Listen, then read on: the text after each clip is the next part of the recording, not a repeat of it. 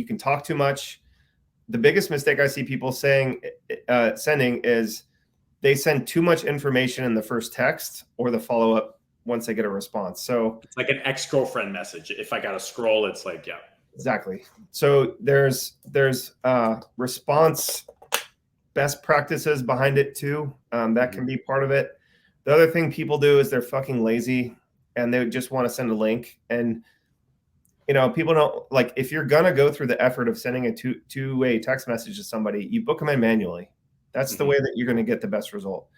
If you just send a link, they'll think immediately, well, I'm going to ask you, what's the first scam? It's a robot. Or I'll do it later. Or, yeah. Let's say they trust you. They're just like, I'll do that later. But you're putting more work on them. Yeah. Right. So you just make it as easy as possible. Think of like a hotel concierge. You know what, Mr. Miller, I'm going to take care of that for you right here and right now. Right. Again, okay, just to check in later, like you did. That's fine too. I get now it's more popular to get text messages from hotels, right? Hey, just checking in, Mr. Bailey. Like, it's been a day since you checked in. Is everything good to go? Right. That's a nice thing to send that I never really respond to, but I'm like, dang, that's kind of nice. Right. Yep.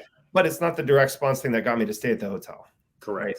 So you have to there's two different strategies, and you got to get that person's butt into the place of business or in the sales environment of choice, whether it's a sales call, house call for home services, whatever the case may be. You got to get them there first to get the opportunity to do the rest. Yep. Right. So that's like the short answer. There's a million ways to screw it up. The other part of it is like, we just did it so much that we found out what worked and what didn't. Right. So we had the advantage of like a lot of real world data. Right. To arrive at sort of our methods. And Haplin, to Haplin's credit, he's kind of the genius who like combed through all that stuff and really made the system as efficient as it could be over years and years and years of experience. Right. Now we do have high level and we can just, it's just like, so easy to do. But, it's funny. The first thing, so on that front, what am I doing wrong? Most people download our snapshot and then they immediately fuck with it. And I'm like, what's the whole touching it? Yeah. Like, you may as well just do what you want anyway, bro. Like, just go. Like, but that's, so there's a direct response element of it and an intimacy thing, because you get such good open rates with text messaging, right? Yeah. You get such good open rates with it. You have to like really kind of be mindful of what an opportunity that is. Like, there's no better way right now to cut through all the noise and get in touch with somebody on such an intimate level. Like, I've got my family on my screen here, and it's going to be next to like text messages from my wife and my mom and our friends and like da-da-da. And right in there is the text message from 9 Round saying, hey, do you want a free 10-day pass? Come in, check it out.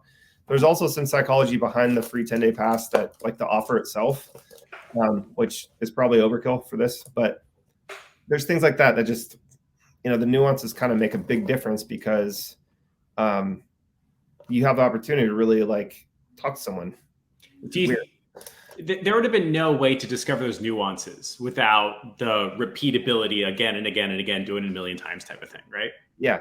Like poor Haplin used to do this one by one in his gym software, and there was no broadcast function. There was all it was just, so he got to sit there and try to type different stuff to figure out what worked the best. Yeah. So that, for that reason, again, you can look at, it's like stop guessing, right? Like, don't just throw something out there without any thought behind it or figuring out if it actually works.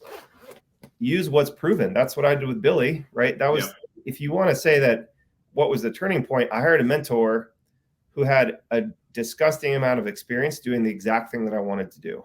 Yeah. Right. That was the biggest difference. I mean, I gave you kind of the journey part of it, but that was the biggest difference. So when I'm telling people to do activation campaigns, I'm like, just copy what already has been proven to work. No, I want to mess it up. I'm going to do it differently. I'm going to try something. Thank you very much. Totally. Yeah. It's just very cool. That's human nature. I'm not like saying that you're a bad person if you immediately think that. That's how everyone thinks. Okay? But I'm challenging you to not give into that, because it's just the harder way to do it. And who wants to do that nowadays? If you sit down and think about it, it's like, I was dumb for a long time and I paid the price. I don't want to go back to paying the price again. I'm dumb enough. I don't need more dumb. Like I got enough of that in my head. So a lot of it is that. It's just saying like, I'm going to stick with what works, and I'm only going to worry about changing stuff or getting fancy with it if and when it doesn't work.